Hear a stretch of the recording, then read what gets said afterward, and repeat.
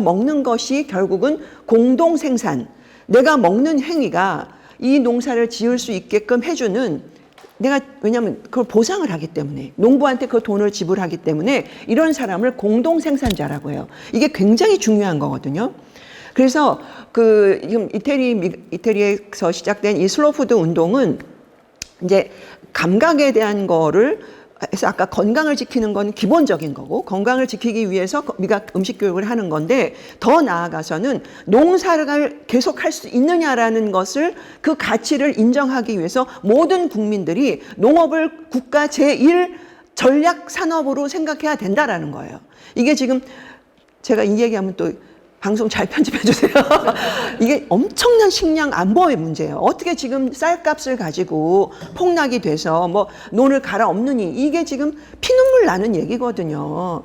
이거에 대한 공감력이 없다? 이거 대통령 바로, 이거는 미각교육 1차로 미각교육 의무교육 시켜야 될 사람이에요. 맞아요. 정말이에요. 맞아요. 그죠? 네. 맞습니다. 우리가 공감하는 거예요. 그래서 음식을 먹는 사람은 음식에 대한 가치를, 내가 돈 얼마 줬으니까 이거 버려도 돼가 아니라, 이게 어떤 과정을 통해서, 어떤 노력을 통해서 땀이 흘려진 건지를 알게 하는 것. 그래서 이거를 우리는 공동 생산자, 밥을 먹는 사람들은 내 입에 밥이 들어가기 위해서 얼마나 많은 정성과 과정이 필요한가를 알게 해야 되고, 그 과정을 알면 함부로 못 버려요.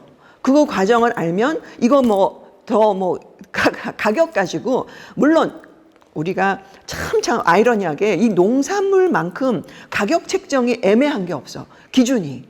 내 인건비를 넣어야 되는가, 정말 기계 돌리는 기름값을 넣어야 되는가, 이런 것들이 너무 애매하게 지금 돼 있는 거야. 다른 거는 너무 이게 잘 돼 있잖아. 경영학 온갖 논리가 다 돼 있어서. 근데 농산물만큼은 너무 애매한 거예요. 그런데 지금 이제 만약에 정말 지금 식량 안보라는 이 얘기가 기후 위기뿐만 아니라, 지금 이거 당장 지금 우크라이나, 러시아 난리 났잖아요.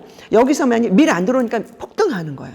이런 것들이 계속되면은 콩 안 들어오고 이러면 이제 튀김도 못 해 먹을 거야. 이제 그러면 식용유 이런 등등이 우리가 피부에 와닿게 되면, 이젠 정말 농민들이, 농사짓는 우리들이 더 이제 대우를 받아야 되는 거야. 대우를 받는다는 게 우리가 그거 하는 게 아니라, 최소한 내가 한 그 노력에 대한 정당한 대가를 받을 수 있는 서로 상생하는 이런 사회가 돼야, 농사 짓는 사람도 야, 성민아 와서 농사 지어, 괜찮아, 살만해, 도시에서 고생하지 마, 이 소리를 할 수 있다는 거예요. 우리 자녀들한테도. 지금은 와서 돈이 안 되니까 우리 손자 여기 와서 교육을 제대로 시킬 수 있을까? 이런 걱정하느라고 집에 오란 소리를 못 하는 거잖아요. 이런 게 지금 지역 소멸이 되는 거고, 이게 다 지금 순환에 연결돼 있거든요. 그래서 지금 미각 교육은 왜 시키느냐? 이 지금 피폐한 젊은 도시에서 찌들은 밥상에 추억이 없는 이들에게 행복한 옥천의 맛을 경험하게 해주자. 그다음에 제대로 된 이 음식의 가치를 의식을 해서, 농부님이 나한테는 굉장히 소중한 존재구나. 농부가 농사를 계속 지어줘야 내 입에 밥이라도 한술 들어가는구나 라는 걸 알게 해주는. 그래서 소비자가 돈 가지고 농산물을 거래 대상이 아니라 내 생명을 지켜주는 소중한 분이라는 거를 농부에 대해서 나는 공동생산, 내가 가서 직접 모내기를 안 하더라도 내가 정당한 걸 해서 내 밥상에, 내 입에 들어오는 거를 농부님과 같이 고생을 나눈다. 그래서 태풍이 왔으면 같이 아파하고, 벼가 쓰러졌대 같이 아파, 벼값이 폭락해서 같이 아파할 수 있는 마음을 가진 사람들을 우리는 공동생산자라고 하고, 그런 사람들을 음식 시민이라고 하는 거예요. 그래서 너무 이게 무지하면 안 돼. 이 농사에 대해서 무지하면 안 된다.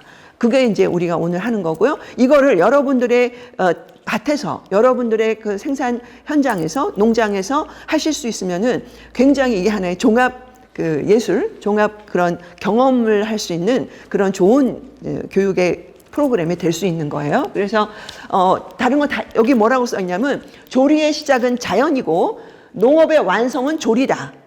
결국은 내 밥상에서 농업이 완성되는 거야. 그래서 이거를 아이들한테 알려줘야 돼. 우리 성민님 애기한테, 애기 몇 살이에요? 3살. 3살.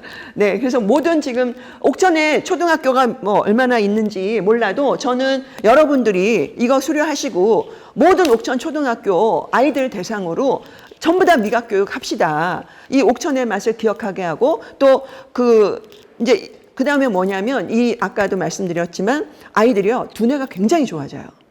제가 이제 미각 교육을 왜 하느냐, 외국에서는 이게 공교육에 다 들어가 있거든요. 이 미각 교육은 우선 잘 씹는 교육이고 맛을 음미하는 거고 아까 말을 표현하게 하는 교육이에요. 그래서 이게 굉장히 좋은 거기 때문에 요건 조금 관심 가지. 오늘은 제가 자세한 말씀 아까 어렵게 하지 말라고 그래가지고. 네네. 그래서 이거 이제 그런 거를 관심을 가지시고 한번 우리가 연구해 볼 만한 일이다.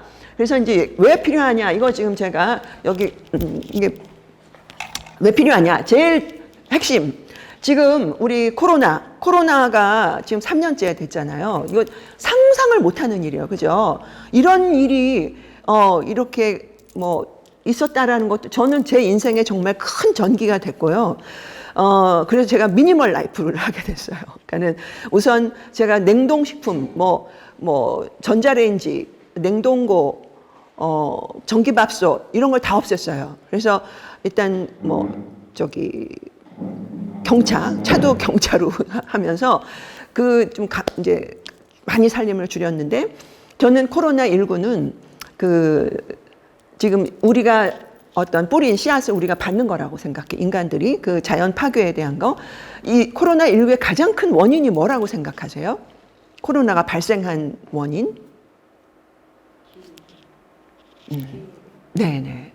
기후위기로 인해서 기후위기가 왜 생겼을까요? 여러 가지 요인이 있겠지만 그 중에 하나가 지금 코로나하고 직결되는 거는 이 산림을 훼손한 거예요. 산림을 훼손하는 이유가 뭐냐면 특히 브라질 같은 데는 원시림을 다 불태우고 해가 거기다 뭘 하냐면 옥수수 농사 짓고요.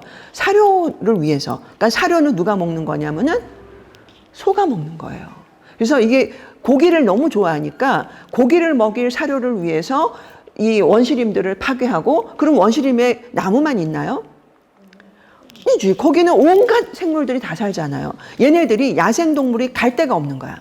그래서 야생동물들이 인간이 사는 대로 오면서 서식지를 다 잃어놓으니까 그래서 그 인수 공통 바이러스, 그러니까는 원래는 동물들이만 갖고 있었던 거. 지금 우리가 박쥐니 이렇게 얘기하잖아요. 박쥐뿐만 아니라 다양한 그 야생동물이 갖고 있었던 그 바이러스를 인간에게도 너무 가까워진 거야. 그래서 이거를 여러분 최재천 교수님이라고 그 동물 생태학 교수 계세요. 그분하고 또 제인 구달이라는 지금 90세인데 제인 구달 그분이 맞아요. 네, 그 침팬지 연구하신 분인데 그분이 그 코로나 초기에 이거 온라인으로 서로 MBC에서 스페셜 컨퍼런스를 했어요. 그러면서 두 분이 쓴웃음을 지으시면서 이제는 인간들이 우리 얘기를 좀 듣겠지 그러시는 거예요. 제인 구달 선생님이 희망의 밥상이라는 그분이 동물학자신데 희망의 밥상이라는 책을 쓰셨어요. 왜 쓰시게 되냐? 그게 1960년대에 칼슨 레이첼이라는 그분이 침묵의 봄이라는 책을 쓰신 거예요. 저는 그 생각하면 소름이 돋아요. 왜냐? 갑자기 봄에 새들이 퍼드득 툭툭 떨어져 죽는 거야. 들판에서. 보니까 이 농약과 제초제로 인해서 침묵의 봄이 온 거예요. 아니, 새들만 죽겠어요? 그러면? 지금 벌 없어지고 새들 죽을 정도면 인간은 멀쩡하겠냐고. 그래서 이분이 그때부터 이 환경에 대한 굉장히 경각심이 되면서 그 제1피해자, 농약과 제초제 이런 거의 제1피해자는 누구냐? 농부예요. 그래서 그런 운동이, 친환경 운동들이 이렇게 벌어지면서 그분이 희망의 밥상을 쓰셨는데 하여튼 그 제인 구달 선생님이 채식주의자세요. 그런데 술은 하세요. 그리고 그 스카치 있잖아요. 스카치를 꼭 들고 다니신대. 그래갖고 한 잔씩 하시는데 제인 구달 선생님께서 이제는 인간들이 좀 정신을 차릴 것이다. 이 코로나 이게 아무리 미국 패권주의 웃기지도 않는 거지. 미국이 미국이 완전히 그 제일 그랬잖아요. 그런 것처럼 선진국도 여기는 이제 이거는 방패를 막을 수가 없는 거예요. 그래서 이 부분을 이제는 정말 우리가 진지하게 생각해야 되는 문제고요. 그 다음에 이게 그 기후 위기가 이게 이제 이렇게 좀 천천히 가다가 어느 순간에는 걷잡을 수 없이 된다는 거예요. 그래서 지금 뭐 어떤 분들이 옛날에 20년, 30년 후를 얘기했는데 이제는 7년을 얘기 안 하시는 분도 있어요. 그 1.5도 몇 도까지 가는 거에 뭐 이렇게 얘기하시는 분이 있을 정도로 지금 우리가 정말 다시 한번 돌아봐야 된다 이런 거고요. 그래서 이제 여기서 저는 이게 여러분들 호모 사피엔스의 말이, 사피엔스가 지금 우리 현생 인류거든요.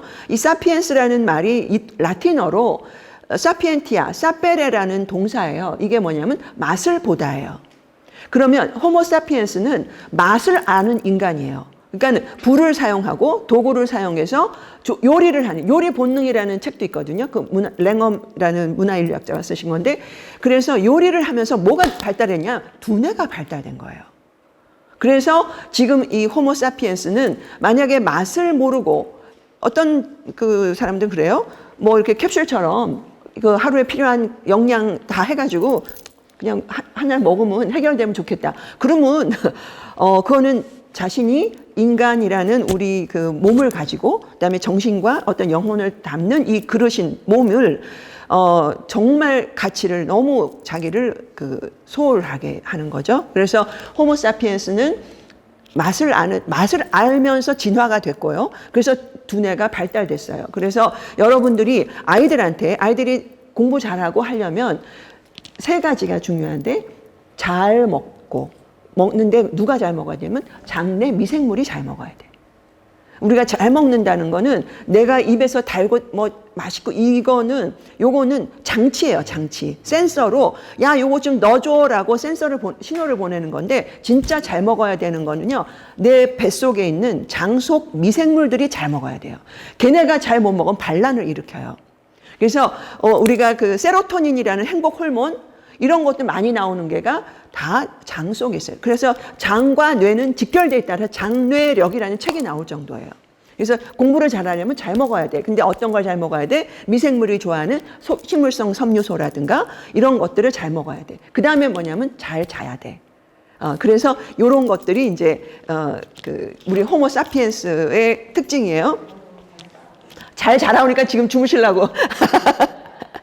그런데 안타깝게도 제가 이제 서울시에서 지금 그 영유아 편식 개선 사업을 6년째 하고 있는데, 지금 애들 편식이 굉장히 심해지고 있어요. 심해지고 있는데 거기에 여러 가지 요인들이 있는데요. 이제 이게 왜 문제가 되냐면, 여러분들 기대 수명, 우리가 몇 살까지 살 것 같으세요? 우리 지금 우리 세대들이, 성민 씨 빼고 뭐 50대, 60대, 우리가 기대 수명 90, 그죠? 90은 살 수 있을 것 같잖아요. 근데 90까지 지금처럼 이렇게 씩씩하게 그렇게 못해. 그러면 언제까지 이렇게 씩씩하게 공부하고 이렇게 살 수 있을까요? 한 80? 80 괜찮아. 희망, 맞아요. 근데 이게 지금 통계적으로는 기대 수명하고 건강 수명이 달라요. 한 18살 정도가 차이가 나요. 그러니까 그 뭐냐면 사는 건 88세, 뭐 90세까지 살아. 근데 건강하게 병 없이 사는 거는 한참 밑이에요. 그래서 그 남녀 같이 했을 땐 더 그렇죠. 그래서 지금 그 얘기 뭐냐면 유병장수를 한다는 거예요. 병을 가지고 오래 살아. 와, 이거 진짜 나라가 휘청거릴 일이에요, 지금. 그러니까 지금 고령화 사회의 가장 큰 문제점 중에 하나는 건강하게 뭔가 그래도 내가 누구 도움 안 받고 내가 자립해서 살 수 있을 정도로 건강하게 사는 거는 박수치고 축하하고 감사한 일이야. 그런데 혼자서 활동이 안 되고 누구 도움 받아야 되고 이렇게 되면은 한 가족에도 굉장히 부담이 되고 국가적으로도 굉장히 부담인 거예요. 그래서 일본에서는 이 미각 교육을 어린애들 영유아 편식 이 교육을, 그리고 이제 40대는 무조건 허리 둘레 재고, 혈압 재고, 이거를 이제 그 우리가 생활습관병이라고, 옛날 성인병이라고 하는 거, 이거를 하면서 뭘 했냐면 식사 처방전이라는 걸 해요. 그래서 이게 그냥 뭐 고혈압이니까 약을 드세요가 아니라 식습관을 바꾸게 하는 거예요. 그게 진짜 돈이 덜 드는 거거든요. 그래야 또 우리 농민들도 사는 거고. 그래서 하여튼 다 그럴 정도로, 이게 우리나라는 원래 약식 동원이라는 말이 있었는데, 이게 이제 음식으로 못 고치는 병은 약으로 못 고치는 게 정설이에요. 의사들이 다 알아요. 그래서 음식으로 하는 것이 가장 좋은 예방의학이에요. 그래서 미각교육은 아까 자기 건강을 지키는 매우 중요한 거고, 그 다음에 장수 건강, 그러니까 건강 수명을 지킬 수 있게 하는 어린 때의 영유아 편식을 개선해서 평생 건강하게 살게 하기 위해서 미각교육을 어릴 때 시키는 거예요. 그래서 이게 굉장히 두뇌 발달에도 중요하고, 자기의 건강을 지키는데 스스로 자기 건강 지킴이가 주도적으로 될 수 있는 것. 그래서 굉장히 이게 중요한데, 여기에 핵심이 이 음식을 빨리 먹는 거. 애들이 요새는 다 어떻게 해요? 가족이 3명 있으면 엄마, 아빠 다 유튜브 다 따로따로 봐. 그게 너무 일반화돼 있잖아요. 그래서 그렇게 TV를 보게 되면 아이들이 쉽지를 않거나, 그 밥에 집중하지 못하거나, 그리고 빨리 먹어버리면, 빨리 먹는 게 비만의 4배 이상, 4.3배의 비만에 더 잘 될 수 있다는 거예요. 왜 그러냐면, 아까 우리가 먹었을 때 포만감이라는 거 있잖아요. 밥하면 포만감, 포만감 하면 행복해. 이게 자동으로 이렇게 반사가 되려면 뭐가 있었냐면, 뇌가 먹었구나라는 걸 인식을 해야 되는데, 그게 한 15분 걸린대요. 근데 한번 통계적으로 도시에서 물어보면 식사 시간, 급식 시간은 뭐 10분 미만이에요. 5분. 안 걸려요. 솔직히 뭐 3분 이런데요. 그러니까 그냥 흡입하는 거야. 그러면 무슨 얘기냐면, 얘네들이 양이 많아도 배부르다고 충분히 못 느끼는 거예요. 그러니까 이게 자꾸 과식이 되고, 과식이 되는데 그럼 잘 소화 흡수가 되냐? 그것도 안 되니까 이제 여러 가지. 그래서 중요한 건 천천히 꼭꼭 씹어 먹는 것. 미각교육 다 잊어먹어도 좋은데요. 요것만 하나. 그래서 저도 그거가, 그래서 입에 뭐 있을 때는 젓가락은 놓을 것. 우리는 왜 입에 대기하고 있잖아. 입에 있는데 대기하고 있어. 다음 숟가락 뭐. 그래서 요것만 해도 미각교육은 된 거야. 예를 들면 그런 게 이제 그러니까 어렵지 않아요. 나 이거 오늘 중요해. 나 이게 그 뒤끝이 좀 오래 가가지고. 그래서 미각은 그렇게 중요한 우리 건강 지킴인데, 이거를 뭐가 지금 문제가 됐냐? 이 패스트푸드 또는 인스턴트 푸드. 지금 코로나로 인해서 그 서울 시내 아파트 단지들마다 포장재가 넘쳐 흘러가지고 막 무섭다고 할 정도로 그렇게 한대요. 저는 여주에 사는데, 여주는 그래도 저는 거의 배달 음식을 저는 이제 4층짜리 연립 같은 그런 빌라인데 거의 못 보는데, 하여튼 도심에 있는 거의 막 배달 음식 그러죠. 아까 그 편도적이라는 말이 나올 정도로. 그래서 그런 것들이 우리의 입맛을 지금 파괴시켰다. 그래서 이거를 지금 이제 돌이키기 위해서는 아까 그 김태리가 리틀 포레스트에 나오는 것처럼 우리 자연의 원래 음식 재료가 갖고 있던 본연의 맛, 그 순수한 맛을 다시 한번 느끼게 하는 것을 우리가 해줘야 되는데, 하여튼 이런 거는 빨리빨리 넘어갈게요. 이게 지금 이제 결국은 가공식품이 우리의 입맛을 다 버리고 이제 교란을 시키는 거예요, 뇌에서. 그래서 이제 이게 결국은 이 생활습관병이, 옛날에는 고혈압 그러면 50대, 60대의 병으로 알았는데, 이게 점점 어려져가지고 20대, 10대도 10대 비만, 소화 비만, 소화 당뇨 이런 게 막 소화가 다 붙어요. 지금 어른 병들이. 그리고 여러분들 혹시 기회가 되시면은 그 제4의 식탁이라는 그 의사가 쓰신 책이 있어요. 그게 뭐냐면, 그분이 유방암 검진센터를 하시는 분이세요, 대구에서.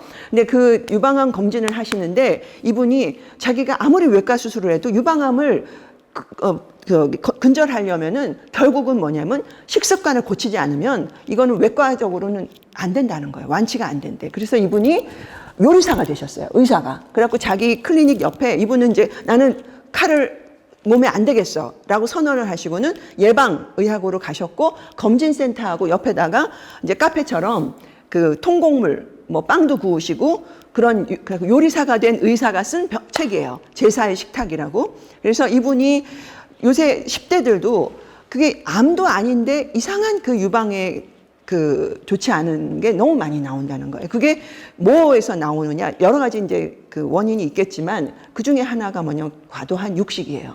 그러니까 그 육식이 우리가 막 그게 저 좋은 데서 뛰어놀고 막 그 잘 자란 닭이나 이렇게 그런 소나 돼지를 먹으면 할 텐데 요즘들 다 어떻게 하냐면 공장식 축산 밀집으로 키우잖아요. 그러면 얘네들도 생명이니까 거기서 햇볕도 못하고 바람도 못 쐬고 그러니까 어떻게 해요? 면역력이 떨어지니까 병에 걸리는 거야. 그러니까 뭘 하냐면 항생제를 먹일 수밖에 없는 거예요. 근데 이 항생제가 그냥 아플 때만 주는 게 아니라 저는 벌써 10년도 넘었어요. 하림을 한번 견학을 갔는데 계란에다가 그거를 놓더라고요. 계란도. 왜냐하면 그게 상온에서 그렇게 오랫동안 유통이 된다는 거는 그것도 뭔가 과학적인 조치를 한 거지. 예를 들면. 그래서 그런 정도로 밀식, 공장식 축산이 되다 보니까 아예 사료에 미량의 항생제가 아예 들어가서 세팅이 돼서 나오는 거예요. 그러면 얘가 그 동물만 먹는 게 아니라 동물이 먹었으면 그 동물로 우리가 조리해서 먹은 인간의 몸에도 그게 축적이 된다는 거예요. 그래서 어떤 의사분들은 매우 지금 두렵게 생각하는 게 지금 이런 바이러스뿐만이 아니라 내성, 그러니까 왜 우리 그 항생제를 너무 많이 하면 내성이 생긴다는 거잖아요. 그래서 이 내성균 이런 것들이 나중에는 이제 정말 항생제 약이 안 먹는 시대가 올까봐 더 무서워하세요. 그래서 그런 것들을 우리가 이제 좀 알아야 돼서 그래서 이제 공장식 축산에 대한 그 위험을 경고하시는 분들이 많죠. 그리고 또 이제 뭐 유전자 조작 이것도 아직 검증이 안 된 부분도 있지만 그래서 특히 우리가 이 미각 교육은 초등학생들이 어린이집. 그래서 옥천에 지금 인구가 구조가 어떻게 되어 있는지 모르지만 기회가 된다면 여러분들이 제안을 하셔서 여러분들이 선생님이 하실 수도 있어요. 여러분들이 하실 수 있거든요. 그래서 여기 활동가 하신 분들이 야 이거 우리 옥천에 있는 아이들 이거는 공동 육아를 해야 되는 거야. 그 지역 공동체가 그 땅에서 태어난 아이들은 모두 같이 그 지역의 아이들을 식사 육아, 공동 육아 이걸 해야 되는 거예요. 그래서 그런 지역 공동체에서 관심을 좀 가지시면 좋겠다 이런 생각이 들고요. 저는 요게 이제 아이들이 이게 그 무슨 그 의사협회에서 나온 그 자료인데요. 대학생들이 장염이 그렇게 많아요. 젊은 친구들이. 나는 그래서 장염이란 건 제 평생에 겪어본지 않은 건데 너무 고통스러워하는 거예요. 그러니까 뭐냐면은 집중을 못 해요. 계속 화장실을 가야 되고 뭐 약을 먹어야 되고 그래서 특히 이 크론이라는 병이라는 거는 장벽을 공격해가지고 이게 나중에 장출혈이 되고 굉장히 이제 심각한 병인가 봐요. 근데 이게 뭐냐면 서구화된 식습관으로 이게 됐다는데 10년 만에 5배가 늘었대요. 그러니까 온 몸에 염증이 굉장히 많이 나는 거예요. 장염을 하게 되면 제가 이 빨간 동그라미 안에 뭐냐면 우울증 환자가 많아져요. 장염으로 인해서 무기력, 우울증 이런 게 많아지는 거예요. 그래서 다시 한번 말씀드리지만 우리 청소년들, 우리 아이들을 정말 아무리 무슨 뭐 영재 교육 아니라 아무리 무슨 영어 교육 시키고 뭘 시켜도 자기가 건강하지 않으면 할 수가 없어. 공부를 집중을 할 수가 없어. 그래서 이 그 옥천의 어린이들을 우리가 지역사회에서 같이 이렇게 좀 건강하게 하면 좋겠다. 이런 얘기고요. 뭐 음식과 온실가스 이런 문제들이 있습니다. 그래서 제가 이제 축산업은 뭐 혹시 축산업이나 이런 거에 대해서 전에 강의에서 들으신 내용이 있으시겠죠? 그러실 거예요. 넘어갈게요. 그래서 아까 이거는 축산업이 갖고 있는 뭐 온실가스의 문제뿐만 아니라 제가 이제 음식과 관련해서는 아까 그런 공장식 축산으로 인해서 아이들이 건강하지 못한 그것을 이제 결국은 항생제라든가 여러 가지 그 어떤 인위적인 조치로 우리가 그 고기를 너무 많이 과도하게 섭취를 하면 고기를 뭐 전부 다 채식주의자가 되세요 이런 말씀은 아니지만 건강한 고기 육식 섭취를 할 수 있는 거에 우리가 관심을 가질 필요가 있다라는 말씀을 드리는 거고요. 그래서 이제 뭐 저는 제가 이제 농사를 뭐 조금이지만 그 주말에 이렇게 가서 보면 오이가 하나도 이렇게 똑바로 나오는 게 없는데, 네, 우리 오이밭에서는 다 삐뚤어지고 막 그러지. 도대체 저 오이는 어쩜 저렇게 다 길쭉길쭉 늘씬늘씬하고 이런 건가 싶어요. 그래서 미각교육에서는 이제 아까도 말씀을 드렸지만 이태리 같은 경우에는 기본적으로 텃밭을 같이 하게 해요. 그래서 아까 다양성이라는 거를 말씀을 드렸는데, 다양성은 왜 다양성이 중요할까요? 혹시 농사를 하시니까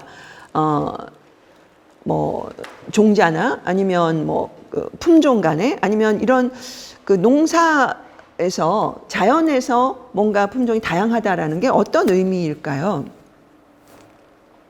어렵나요? 넘어갈까요? 검사 맞고. 우선 제가 이해한 거로는 저도 이제 그 우리나라에 이제 토종 그거를 계속 수집하시는 그 시드림이라는 데가 있어요. 시드림이라고 전국에 토종들을 해서 데이터를 다 만들고 하시는 여성 활동가가 계시는데, 여러분 요 방송을 한번 보시면 좋겠어요. 마수의 배신이라는 방송이 있어요.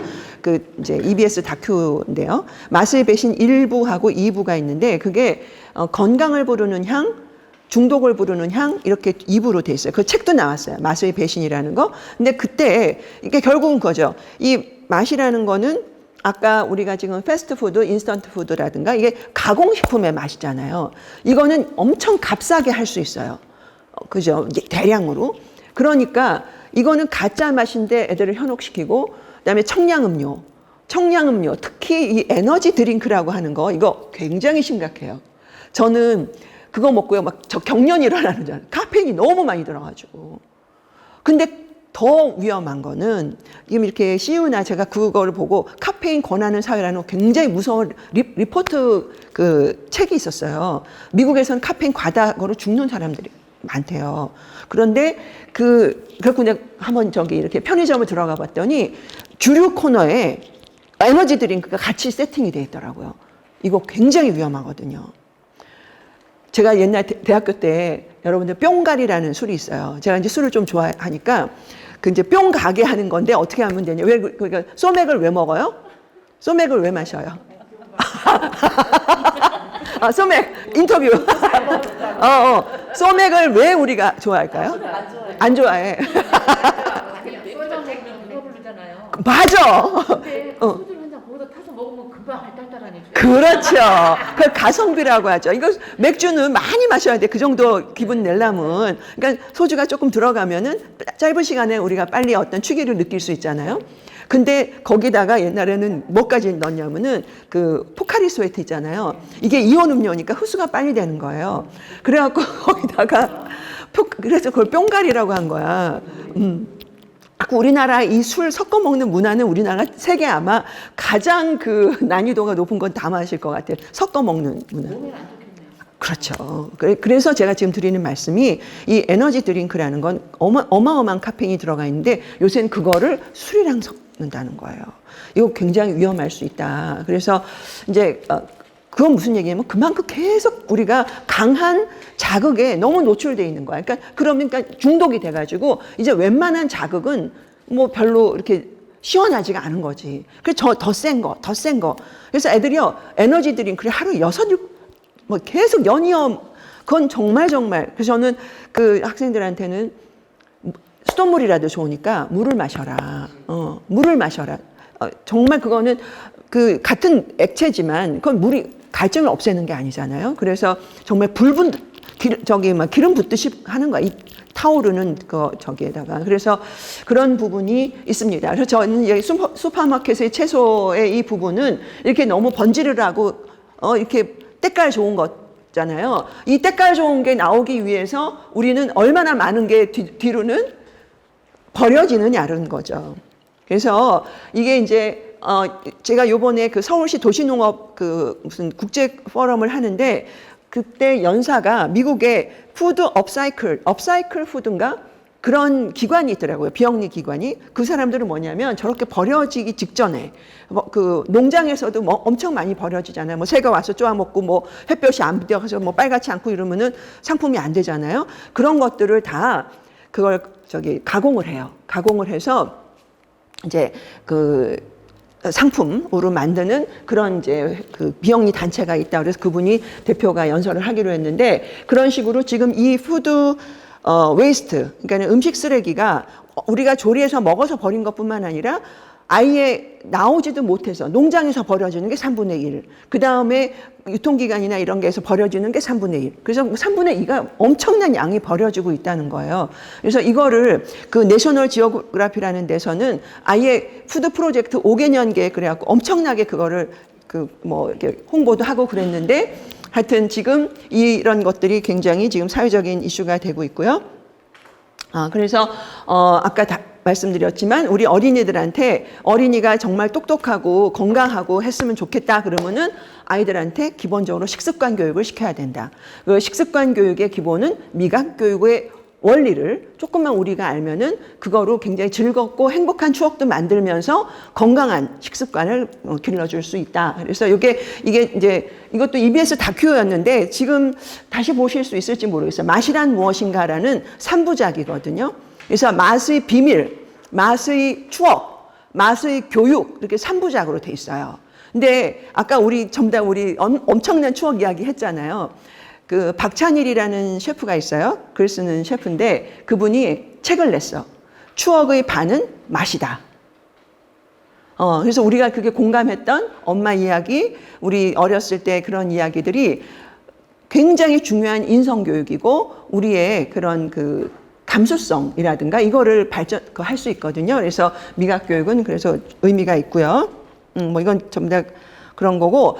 근데 왜 맛이 이렇게 다를까? 그냥 우리가 굳이 맛을 이렇게 하나. 여러분들 그 어떤 음식 아까 왜 어디 이렇게 실형에 뭔가 살짝 맛이 간 밥, 예를 들면 식은 밥 같은 거 물에다 씻어서 먹을 때 그 냄새 기억하시잖아요.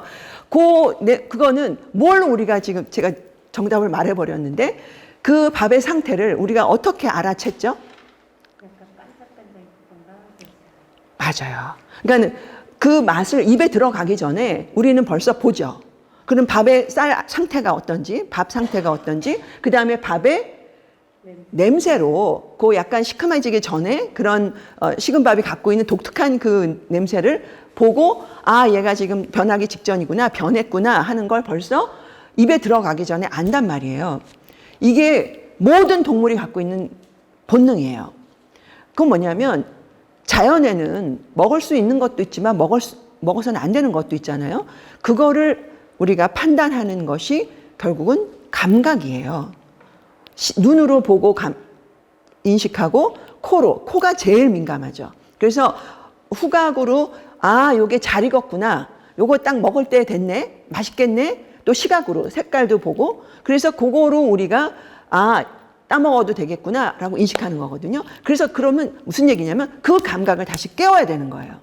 지금은 뭘로 하냐면 포장지가 화려한 거, 거기에 무슨 동물 캐릭터, 만화 캐릭터가 있는가 이걸 가지고 지금 전부 다 마케팅을 하는 거예요. 그거는 내 몸에 갖고 있는 먹어도 되는 건지 아닌지에 대한 영양과는 전혀 관계없는 마케팅으로 우리가 세뇌당한 거예요. 그래서 다시 리셋 하는데 왜 미각이 중요하냐면 각 맛이 갖고 있는 생리적인 기능이 있어서 그래요. 그래서 여러분들이 그럼 무슨 얘기냐? 각각의 맛을 우리가 골고루 먹어라라는 거는 식재료의 그것도 골고루 먹지만 골고루 먹어야의 의미는 다양한 맛을 골고루 먹는 것, 다양한 맛이 갖고 있는 생리적인 특징을 골고루 섭취하는 것 포함되어 있는 거예요. 그래서 이 맛은 기본적으로 5개의 맛이 있습니다. 근데 이 5개의 맛을 우리 자연 상태에서는 하나의 맛만 있는 게 없어요. 다 섞여 있어요.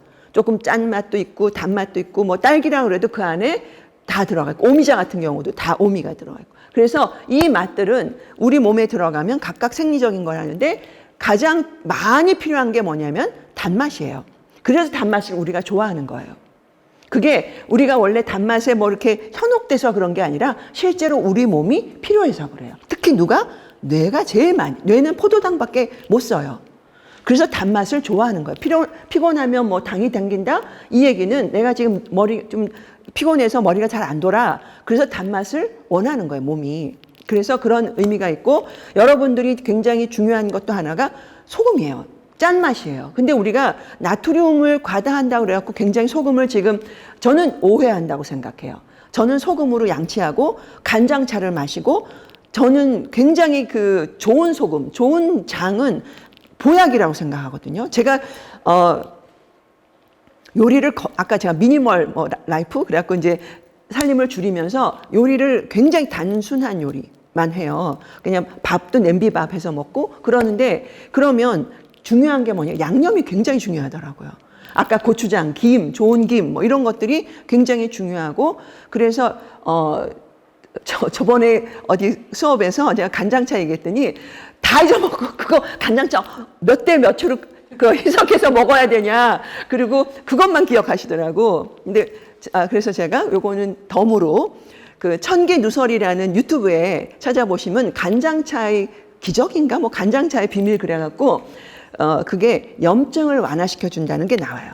그래서 관절이라든가 이런 게 효과가 있다는 게 나와서 저는 그것도 뭐 저는 이제 뭐 아픈 것보다는 간장차가 제가 좋다라고 생각되는 거는 그거예요. 그 간장도 다 그 아미노산이 분해가 된 거죠. 그러니까 단백질 제가 그 고기를 많이 지금 먹지는 않거든요. 근데 그 단백질의 그 콩단백질이 잘 분해가 돼서 이제 아미노산으로 흡수가 쪼개져야 단백질 자체가 우리는 흡수를 할 수 없어요. 먹는다는 건 우리가 고기가 내가 먹어도 내 몸에 아까 미생물과 세포는 분해를 해야 흡수가 되잖아요.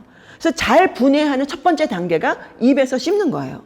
그래서 잘 씹어야 우선 위에 부담이 덜 되고요. 그래서 위에서 잘 소화가 되고 궁극적으로는 먹는다는 건 어디서 일어나냐면 소장에서 일어나는 거예요. 소장에서 흡수가 돼서 걔가 어디로 가? 세포의 미토콘드리아 하는 데는 또 어려운 말 나오는데 뭐야? 아니에요. 신호 주시는 줄 알았어. 그래서 세포 안에 그 핵에서 거기서 에너지로 바뀌는 거예요. 그래서 먹는다는 거는 우리가 입에서만 먹는 게 아니라 결국은 세포가 먹어야 돼. 근데 세포는 뭘 먹느냐? 에너지를 먹는 거예요. 그러면 이 에너지는 어디서 왔냐? 태양에서 온 거예요. 이게요, 광합성하고요, 세포 우리 에너지 호흡하는 거하고요, 딱 정반대예요.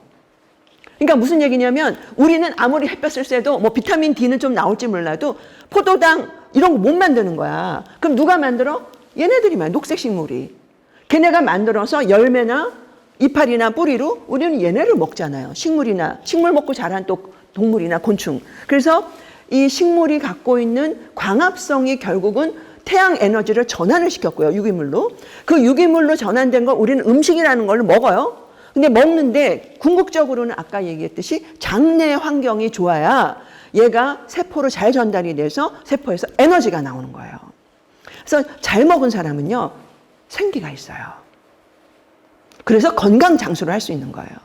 그래서 그런 의미에서 저는 이 간장차가 된장도 좋은데, 제가 된장도 그냥 이렇게 물에 타서 먹어보고 그랬는데, 간장은 훨씬 더 흡수가 잘 되는 거 아닌가라는 생각을 좀 해요. 그래서 제가 드리고 싶은 말씀은, 그러니까는 우리가 잘 먹는다는 건 뭐 막 잘 차려서 뭐 요리를 막 번거롭게 하는 것뿐만 그것도 뭐 잘 먹는 거겠지만, 진짜 잘 먹는 건 좋은 태양, 햇볕을 충분히 받아서 건강한 식재료를 잘 씹어서 잘 소화해서 우리 미생물이 좋아하는 거, 그다음에 내 세포가 좋아하는 거를 잘 먹고 배설하는 것까지가 잘 먹는다는 것이다.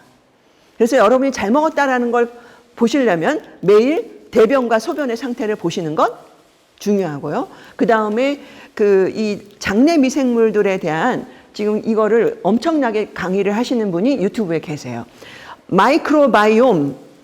마이크로바이옴이라는 TV가 있어요. 마이크로바이옴 천종식 교수라는 분이 서울대 교수인데 그분이 이번에 회사를 하나 만들어 독립을 했어요. 자기 천씨 이름을 대하고 천랩이라고 뭐냐면 장내 미생물 식사 그래갖고 장미식당이라는 걸 만들었어. 장내 미생물 식사래. 그래갖고 장미식단이라고 그래갖고 이 장내 미생물이 좋아하는 식사를 이렇게 소개를 해주고 있어요. 그래서 여러분들이 맛은 결국은 나한테 기운을 주는 거고 그런 거다 이렇게 이해하시면 되고요. 요거는 그래서 그러니까 이제 미각 교육에 대해서 미각 교육이 왜 좋아요? 왜 필요해요? 하는 거는 저는 요거예요. 우선 감각 능력을 키운다. 감각을 깨운다. 그래서 내 몸에 필요한 거. 그래서 누구는 아까 예를 들면 뽕잎나물 좋아하신다 그랬고 머위나물 좋아하신다. 그 나물도 엄청 많잖아요. 자기가 좋아하는 또 그 취향이라는 게 있는 거예요. 그래서 그거를 아는 게 미각이에요. 저는 뭐 호박잎 저는 호박잎을 먹을 때와 안 먹었을 때의 변 양이 완전히 다른 거야. 우리 나물을 먹잖아요. 그래서 이게 정말 그 쾌변의 즐거움은 뭐에다 비하겠습니까? 그리고 변이 잘 안 나왔을 때 그 변비라든가 뭐 이런 거의 고통은 또 그거 굉장히 고통스러운 거거든요. 그래서 그 성격이 나빠지는 거예요. 이 장염이 되면 아까 무기력해지고 우울증이 되고 짜증이 되고 민감해지는 거예요.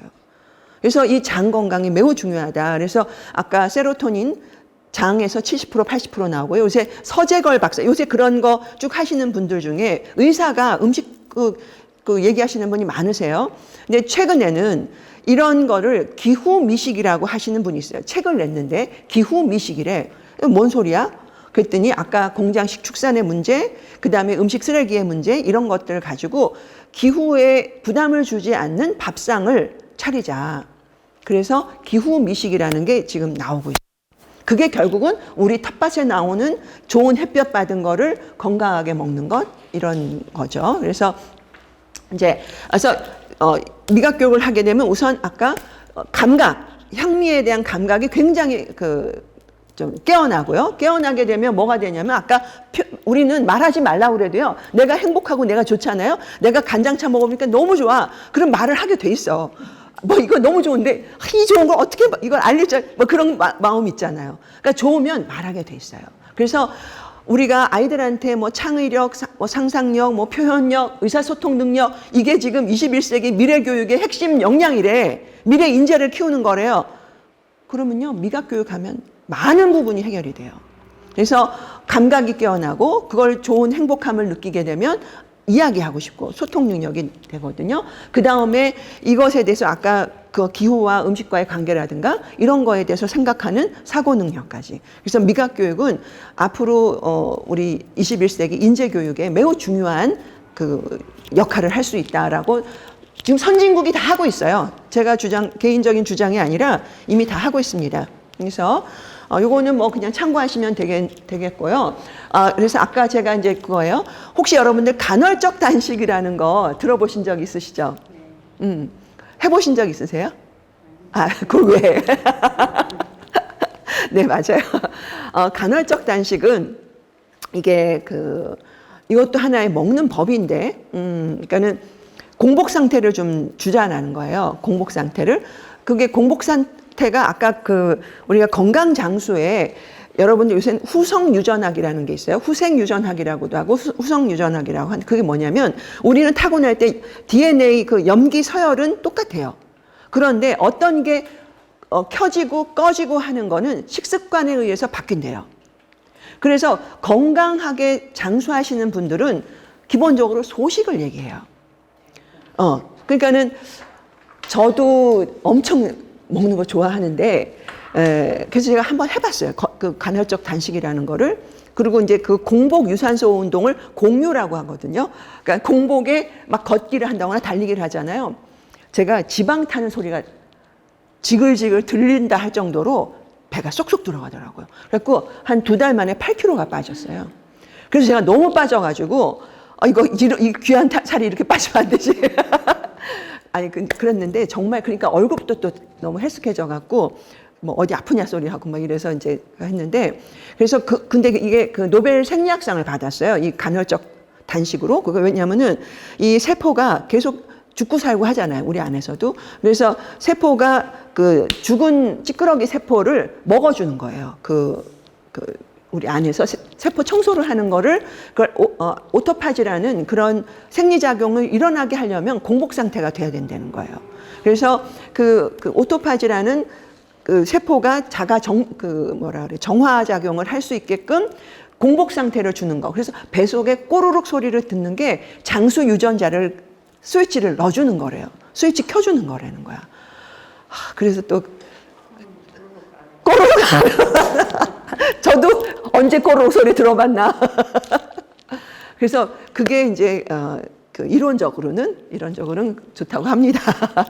그런데 그 정도로 이렇게 아까 제가 여기서 드리고 싶은 말씀은 야식이 굉장히 안 좋다는 거 우리가 알잖아요. 그래서 아까 건강한 식습관 이거의 좋은 점은 우리가 더 강조할 필요가 없다. 그래서 먹는 시간, 배출하는 시간, 그다음에 동화하는 시간, 소화하는 시간이 우리 생리적으로는 이게 이제 우리가 배꼽시계라고 할 정도로 있으니까 이거를 우리가 존중해 주자라는 게 이제 이 미각 교육의 또 하나의 그거예요. 그래서 요거는 이제 그래서 요 이제 미각력이라는 책이 있는데 이건 나중에 미각 교육을 정말 이제 관심을 가지시면 하는데 이게 또 절판이 됐어요. 이 책이. 그런데 일단 중요한 거는 너무 강한 화학적인 가공의 맛, 가공식품에 너무 진한 맛이 자극이 되면 점점 우리가 갖고 있는 생리적인 미각을 잃게 된다라는 게 이제 핵심이고요.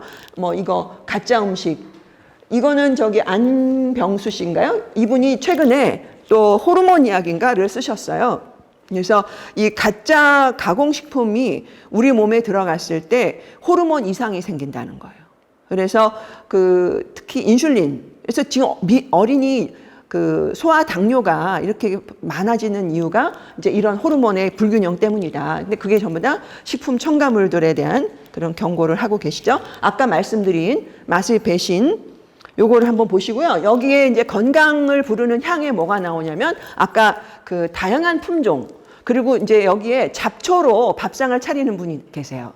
그러니까 우리가 잡초라는 걸 그게 일본에서 나온 말이래요. 그러니까 그냥 풀인 거예요. 어떻게 보면 풀 입장에서 너무 억울한 거야.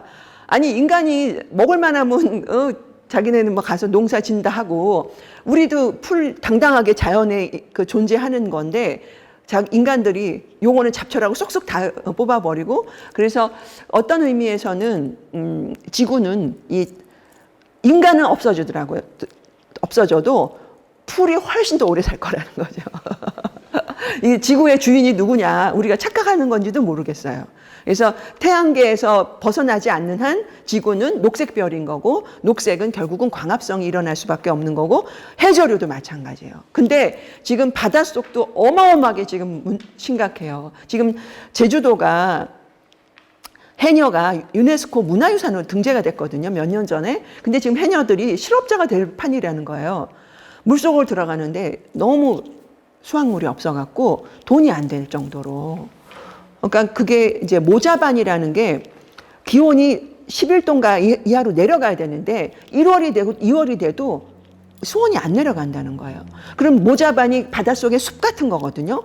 그게 돼야 다금바리도 오고 전복도 생기고 그리고 다시마도 너무 애가 작아요. 제가 완도 한번 갔다가 완도에서 어촌 계장님이 큰일 났대요. 미역이 요만해. 그러니까는 너무 더운 거예요. 바닷속이. 그리고 제주도 같은 경우는 이 질소비료 이게 얘네는 지할 수가 없이 그냥 바로 바다로 흘러가니까 괴물 같은 녹조인지 파래라고 그래야 되나 어마어마한 무서운 파래가 쫙 덮어버린 거예요. 그래서 과용량화라든가 등등. 그래서 다시 한번 우리가 아까 공동생산자 먹는 사람 내 입에 김을 계속 먹고 싶으면 내 입에 맛있는 김이나 미역국을 먹고 싶으면 이 미역이 어디서 나고 미역이 계속 나려면 우리가 바다에 관심을 가져야 되는 거고 그래서 바다에 미역이 계속 나올 수 있는 그 순환고리 이거에 대해서 우리가 관심을 갖고 생각해야 된다라는 이제 말씀의 요지입니다. 요거는 이제 넘어가고요. 제가 슬라이드가 40 몇 개예요. 근데 반 왔어요. 엄마야. 근데 금방금방 지나갈게요. 그래서 음식 중독 아까 말씀드렸어요. 이게 지금 가짜 맛과 식품 첨가물에 계속 뇌를 교란시켜서 중독시켜 버린 거예요. 그래서 이게 지금 다 뭐하고 연결되냐면 비만은요. 만병의 원인이 비만입니다. 그래서 염증이라고 해요. 이거는 전염병이래요. 비만을 그렇게 이야기하시는 분도 있어요. 그래서 이제 맛의 배신에 나온 한 박사님이 쓴 책인데요. 영양의 비밀. 그래서 여긴 뭐냐면 우리 몸은 우리 몸에 필요한 거를 알고 있다. 그래서 혹시 그 아기가 이유식 할 때 지금 아기가 편식이 있나요, 혹시? 네. 어떤 걸 좋아하고 싫어하고 그래요? 고기 좋아하고 채소 잘안 먹어. 햄은 안 먹고. 채소. 아, 채소를 안 먹고. 밥은 현미로 해주는데. 네. 그래서 여기서도 그렇지만 이제 그 식습관의 인문학이라는 그 책에 보면 결국은 이제 뭐 앞으로 더 기회가 많겠지만 아기가 자기 그냥 그 장난감 갖고 놀듯이 예를 들면 브로콜리든 그런 재료를 입에 그냥 자꾸 넣고 빨고 하게끔 환경을 만들어 주라는 거예요. 그래서 어떤 애는 뭐 초콜릿 다 싫다 그러고 브로콜리만 먹는 애가 동영상에 나온 애가 있더라고요. 그 애가 이상한 게 아니라 그게 정상일 수 있는 거예요. 근데 이제 그런 기회를 우리가 많이 이제 만들어주면 좋겠다 이런 거고요. 근데 그게 아마 아빠도 고기 좋아하세요? 저 뭐 좋아하긴 하는데. 아, 그러면 고기를 아기가 먼저 찾나요? 아니면 그러니까 어린이집 보내면서부터 좀 자주. 어린이집? 또 할 말을 잃습니다. 그러니까 어떤 엄마 그런 말씀하세요. 내가 애써서 애들 정말 이유식이라 다 정성껏 했는데 어린이집 가서 입맛을 습관을 오히려 저기 했다고 안타까워하시는 부모도 그렇군요. 다시 또 기회가 있을 거예요. 근데 하여튼 그런 자기가 좋아하는 걸 찾을 수 있는 기회를 만들어 주라는 그런 얘기고요. 이제 이분은 이것도 EBS의 태아 프로그래밍이라고 그래서 퍼펙트 베이비라는 다큐였는데요. 이게 뭐냐면 우리 소화기관이 태내에서 한 12주부터 이제 이게 감각이 발달된대요. 그래서 엄마가 설탕물을 먹으면 이미 태아가 거기서 단물은 반응을 한다라는 거예요. 그래서 이게 이제 저는 아까 영유아 때의 식습관이 건강 장수를 한다는 것처럼 태아 때의 어떤 영양 상태가 나중에 우리가 체질 하는 그것도 영향을 준다. 그래서 아기를 수태했을 때의 엄마의 어떤 음식 섭취가 아기의 건강과 이거 한다는 걸 여기 다큐에서 실제로 초음파를 찍어서 다 보여주고 있어요. 그래서 이것도 한번 보시고요. 그래서 이게 이제 뭐 영양학, 유전학, 심리학 이게 다 복합적으로 돼 있고 여러분들이 우리는 먹는 거 하면은 몸의 건강만 한다 그러는데 우리는 몸과 심리와 정신과 영혼을 분리시킬 수 있나요? 어디서부터 어디까지는 몸이고 여기서부터 저기까지는 심리고 여기서부터 여기까지는 영혼이야. 분리할 수 있나요? 아니에요. 우리는 전체적인 거예요. 그렇잖아요. 우리 아무 말도 안 했는데 밥 얘기하다가 엄마가 떠오르고 가슴이 울컥하고 할머니 냄새가 생각나고 이거는 우리가 여기서 지금 누가 뭐라는 것도 아닌데 종합적인 거예요. 그래서 그래서 음식 교육이라는 게 굉장히 이제 의미가 있고요. 그래서 아까 말씀드린 사페레 아까 호모사피엔스의 이 맛보는 교육을 유럽에서는 공교육에서 교육 시스템을 다 개발했어요. 교육 과정과 그래서 이거를 미술 교육하고도 연결시키고 자연 생물하고도 연결시키고 다 연결시켜가지고 스위스 같은 데는 이게 아주 관능 평가, 그러니까 맛보는 거랑 해갖고 10개년도 지금 프랑스 해서 이게 이미 홈페이지가 있어요. 그래서 교사들이 교육 교재도 다운 받아가지고 활동지 같은 거 이렇게 할 수 있도록 개발이 다 돼 있어요. 교육 과정이. 그래서 저는 우리나라도 또 지금 한살림에서 굉장히 열심히 하고 계시기 때문에 우리나라도 이제는 공교육에서 해야 된다. 이게 교육 과정에 급식이라는 말도 없어져야 돼요. 급식은 뭐 하는 거예요? 배급한다는 거예요. 배급. 그런 얘기는 뭐냐면 선택권이 없는 거예요. 물론 이게 이제 역사적으로 그렇지만 이거는 이제 일종의 경험 시간, 예를 들면 그래서 일본의 그 시나가와라는 그 미각 교육의 권위자 계신데 그 선생님은 급식 시간을 미각 교육 시간으로 바꿔야 된다. 그 굉장히 그리고 계속 영양 교사들한테 그렇게 교육을 하세요. 제가 엊그제도 김포시에 있는 영양 교사들한테 했는데 교사님 선생님들이 지금 막 너무 이런 걸 하고 싶어 하셔. 근데 뭐 예산 문제 또 뭐 여러 위생 문제 이렇게 해서 일단은 선생님들 콩만 좀 삶아가지고 삶은 콩, 금방 삶은 콩 맛이라도 한번 보여줍시다. 뭐 이런 얘기도 하고 그랬거든요. 그래서 그래서 이제 앞으로 옥천군에서 최소한 초등학교에서 전부 다 한번 장 만드는 수업이라도 해보면 좋겠다. 그거 하면 애들 너무 좋아해요. 너무 좋아요. 제가 서울시에서 장독대 사업, 학교 장독대 사업 지금 25개 자치구에 지금 보급하고 있고 저희가 그 불광동에 있는 혁신파크에서 장하다 내 인생이라는 이름으로 장담구기를 매년 하고 있거든요. 그래갖고 뭐 신혼부부도 했다가 또 대학생도 해보고 뭐 유치원 원장님 대상으로도 해보고 있어요. 굉장히 관심들 가지시고 옥천 같으면 너무 하기 좋을 것 같아. 그래서 우리 그 애기도 3살이면 장 담글 때 애기도 같이 하면 너무 잘해요. 애들 좋아하고. 그래서 우리 이제 어렵게 생각 안 하셔도 되고요. 이제 애들이 편식할 때는 음식 친근감 형성 그래서 식재료하고 친하게 지내면 된다. 그래갖고 요새 뭐 버섯 갖고도 뭐 하고 요게 이제 그 실제로 홍성이라는 곳이 그 여기서 그렇게 멀지 않죠. 그 홍성에 홍주 발효식품 이경자 대표라는 분이 계신데요. 이분이 그 임상 그 상담하셨던 그 선생님이세요. 근데 아무리 상담을 해도 근본적인 그 치료가 한계가 있다는 걸 느끼시고요. 음식 공부를 하기 시작하셨어요.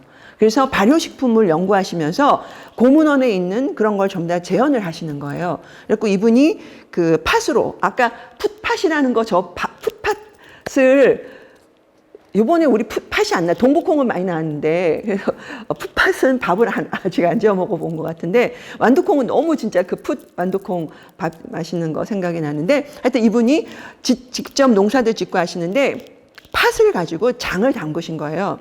그게 팥장이라는 게 그래서 우리가 이거를 지켜야 될 전통 그 음식 문화다. 그래서 맛의 방주라는 이제 그 생명 다양성 재단에 등재를 하고 그랬는데 이분이 저번에 서울까지 콩을 6개를 갖고 오셨더라고요. 6종류의 그 토종콩을. 그래서 그걸 그냥 다 콩 익혀가지고 애들은 익힌 콩을 그냥 먹게 하고 그다음에 그걸 찧어가지고요.